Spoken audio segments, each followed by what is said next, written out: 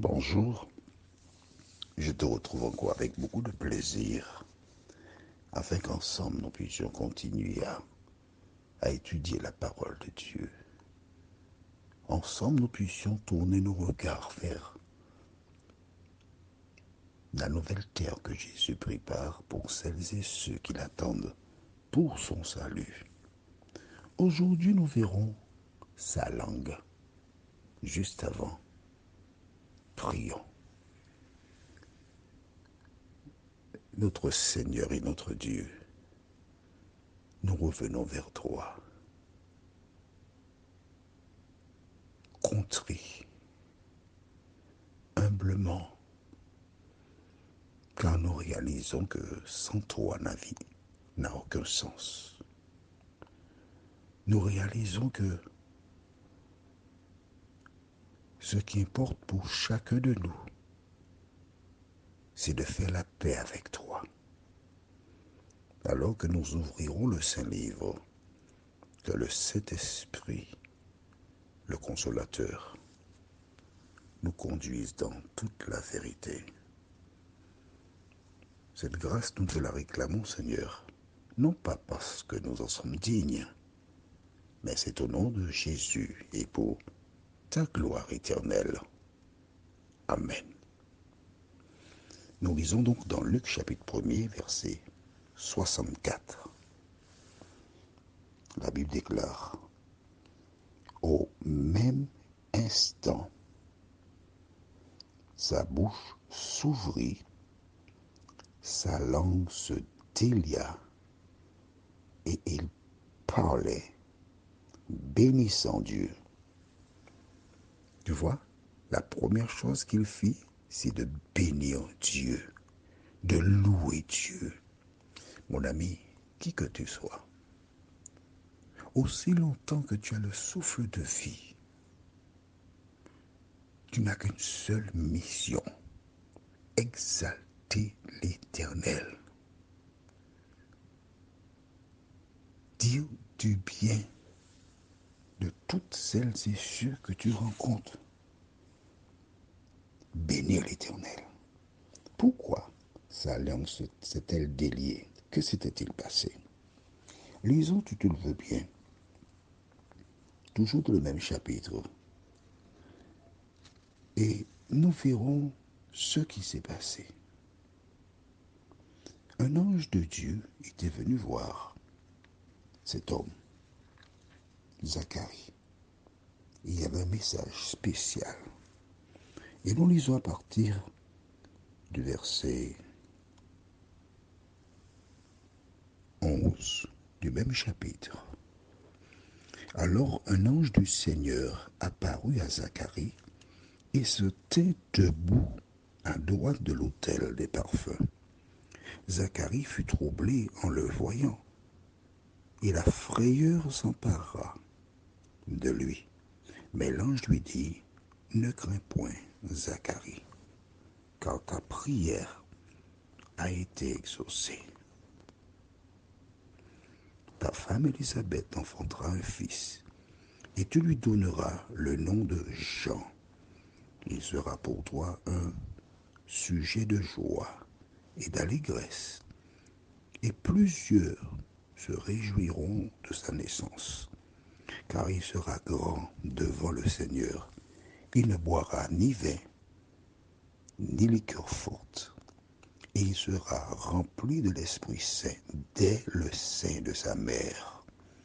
Il ramènera plusieurs des fils d'Isaac au Seigneur leur Dieu. Il marchera devant Dieu avec l'esprit et la puissance d'Élie pour ramener les cœurs des pères vers les enfants et les rebelles à la sagesse des justes, afin de préparer au Seigneur un peuple bien disposé. Zacharie dit à l'ange: à quoi reconnaîtrai-je cela? Car je suis vieux et ma femme est avancée en âge. Qu'est-ce que tu dis là? Je suis vieux, ma femme est avancée. On a un enfant, un garçon. Il a douté. Mon ami, quand tu lis la parole de Dieu, il ne faut pas douter. Il faut croire. ne jamais douter. Que s'est-il passé? Nous lisons verset 19. L'ange lui répondit, je suis Gabriel, je me tiens devant Dieu, j'ai été envoyé pour te parler et pour t'annoncer cette bonne nouvelle. Et voici, tu seras muet et tu ne pourras parler jusqu'au jour où ces choses arriveront, parce que tu n'as pas cru à mes paroles qui s'accompliront en leur temps. Tu n'as pas cru en quoi? En mes paroles qui s'accompliront en leur temps.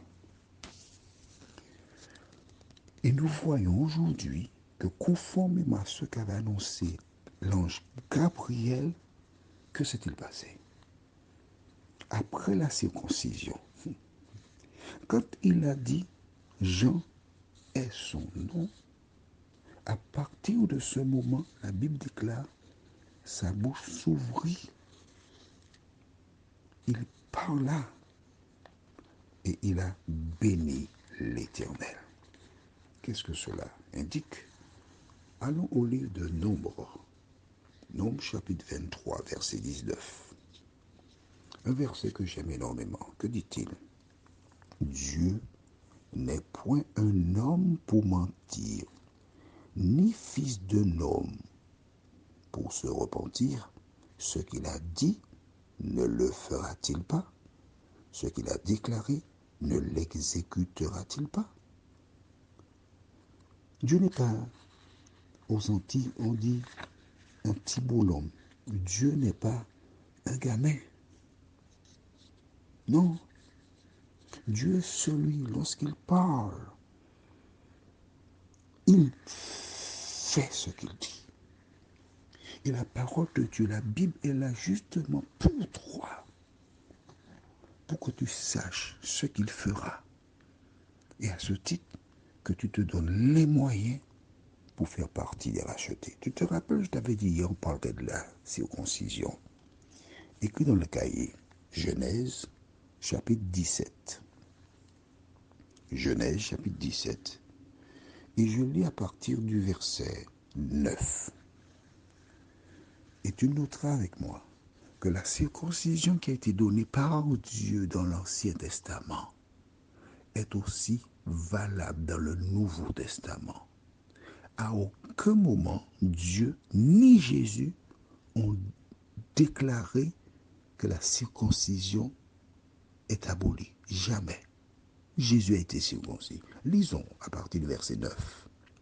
Dieu dit à Abraham, 3, tu garderas mon alliance. 3, et tes descendants après 3, selon leur génération.